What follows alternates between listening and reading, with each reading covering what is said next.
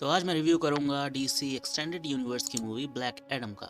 Now इस movie की जो कास्टिंग है मतलब डिवेन जॉनसन की एज ब्लैक एडम वो मैंने काफ़ी पहले पढ़ी थी, मतलब करीब 2013 या 14 के आसपास की उसको as a Black Adam cast कर लिया गया है और मूवी आने में लगभग 8 साल लग गए। तो हाँ, अगर इसे बनाने में 8 साल लगे हैं तो फिर ये इससे उम्मीद करना कि बहुत ही बेहतरीन होगी कोई गलत बात तो है नहीं। बट अनफॉर्चुनेटली किसी भी एंगल से नहीं लगता कि इस मूवी को बनने में 8 साल लगे हैं, क्योंकि इसकी स्टोरी काफ़ी ज़्यादा मीडियोकर है और उसके ऊपर से जो ये कॉन्सेप्ट है एंटी हीरो वाला, ये ऐसा लगता है कि बहुत ही ज़्यादा फोर्स किया गया है। तो कहानी की बात तो हम बाद में करेंगे, सबसे पहले देख लेते हैं कास्टिंग। तो ब्लैक एडम के लिए ड्वेन जॉनसन एक अच्छी चॉइस है, लेकिन इसके साथ एक बहुत बड़ी प्रॉब्लम है। वो ये है कि ड्वेन जॉनसन को तुम हॉलीवुड का सलमान खान समझ सकते हो। किस लिए? क्योंकि उसकी एक्टिंग में कहीं भी कोई वेरिएशन मुझे नज़र नहीं आता। वो हर मूवी में एक ही जैसी एक्टिंग करता है और ब्लैक एडम भी कोई एक्सेप्शन नहीं है। इसमें भी ड्वेन जॉनसन की एक्टिंग लगभग सेम ही है उसकी बाकी किसी भी मूवी की तरह। अब भले ही वो हॉलीवुड का एक बहुत ही सक्सेसफुल एक्टर हो, लेकिन जहाँ एक्टिंग की बात आती है तो हाँ, ये बात तो मैं डेफिनेटली गारंटी से कह सकता हूँ कि ड्वेन जॉनसन की जो एक्टिंग है वो हमेशा एक जैसी रहती है और ब्लैक एडम में भी यही हाल है। ऊपर से जो इसका कॉन्सेप्ट है यानी कि एंटी हीरो वाला, उसको अगर तुम गौर से देखो इस मूवी में तो बहुत ही ज़्यादा फोर्स किया गया है। वो जगह जगह पे ये दर्शाता रहता है कि मैं एक हीरो नहीं हूँ, इसलिए मैं लोगों को मारूंगा, जो कि बहुत एक एडियोटिक कॉन्सेप्ट है। क्योंकि अगर तुम हीरो नहीं हो और एक एंटी हीरो भी हो, तब भी तुम्हें दिमाग तो होना चाहिए कि किसको मारना है और किसको इन्फॉर्मेशन के लिए ज़िंदा रखना है। बट अनफॉर्चुनेटली इस मूवी को देख के ऐसा लगता है कि एंटी हीरो बनने के बाद एंटी हीरो में कोई दिमाग रहता नहीं है। दूसरी तरफ जो बाकी कैरेक्टर दिखाए गए हैं वो काफ़ी पेल हैं, मतलब उनमें मुझे कोई बेहतरीन ऐसी चीज़ नज़र नहीं आती जिसकी वजह से मैं उन्हें नोटिस कर सकूं। एक अकेला कैरेक्टर डॉक्टर फेट, जिससे मुझे उम्मीद थी कि वो काफ़ी कुछ करेगा और मूवी में कहा भी गया था कि वो काफ़ी पावरफुल है, something like same as a god kind of things.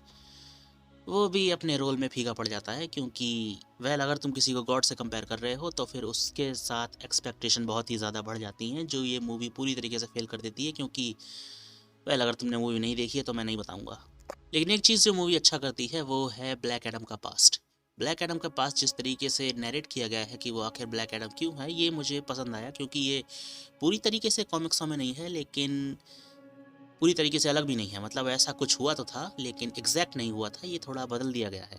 तो हाँ, इसका जो पास्ट दिखाया गया है वो काफ़ी बेहतरीन है और वो डेफिनेटली एक्सप्लेन कर देता है कि ब्लैक एडम जैसा है वैसा आखिर है क्यों।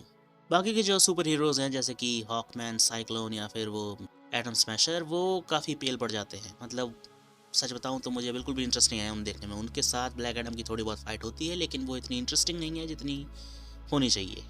Now the final thing of the movie, जो कि है स्टोरी लाइन। इस मूवी की स्टोरी लाइन बहुत ही ज़्यादा मीडियोकर है, ये कुछ खास नहीं है। अगर इसे बनाने में लोगों को 8 साल लग गए तो फिर इन्हें डेफिनेटली स्टोरी राइटिंग सीखनी पड़ेगी। और सबसे ज़्यादा गलती जो इन्होंने की है वो है हमारी मूवी के विलन के साथ, जिसका नाम शायद सबैक था। अब तुम ये एक्सपेक्ट नहीं कर सकते कि तुम एक ऐसा विलन क्रिएट करोगे जो लास्ट में आएगा और हीरो से लड़ेगा और हारेगा और लोग उसे पसंद भी करेंगे। ऐसा नहीं होता।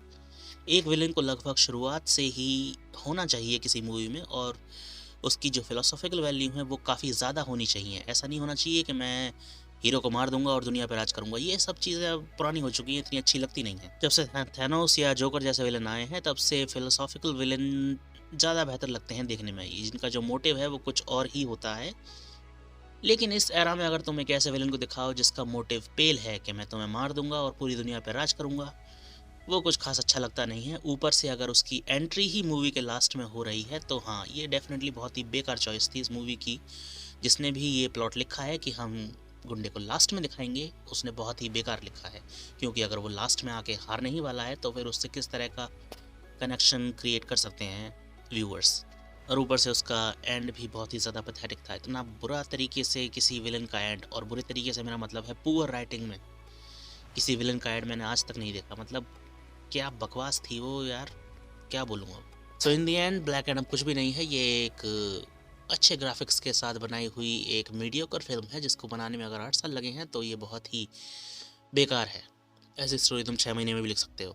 मतलब अगर तुम स्टोरी राइटर हो तो बहुत जल्दी लिख सकते हो, क्योंकि इसकी स्टोरी कुछ खास नहीं है। लेकिन 8 साल कास्टिंग के बाद, दैट्स रियली पैथेटिक। और यही वजह है शायद कि डीसी के तारे हमेशा गर्दिश में चलते रहते हैं, क्योंकि एक आध मूवी आती है और वो भी इतनी अच्छी नहीं होती जितनी उसे होना चाहिए। तो हाँ, ब्लैक एडम एक ऐसी मूवी है जिसको तुम अगर अपना टाइम ना भी दो तो भी कोई खास फ़र्क पड़ेगा नहीं। और अगर तुम ये सोच रहे हो कि मुझे ब्लैक एडम देखना है कि उसने कैसी एक्टिंग करी है, वो कैसा एंटी हीरो है, तो फिर तुम रॉक की कोई और मूवी उठा के देख लो, लगभग तुम्हें देखने को एक ही चीज़ मिलेगी। अंतर बस इतना है कि उसमें सुपर पावर्स नहीं होंगी बाकी मूवीज़ में, इसमें सुपर पावर्स हैं। ओके देन, तो फिर ये था मेरा रिव्यू ब्लैक एडम का।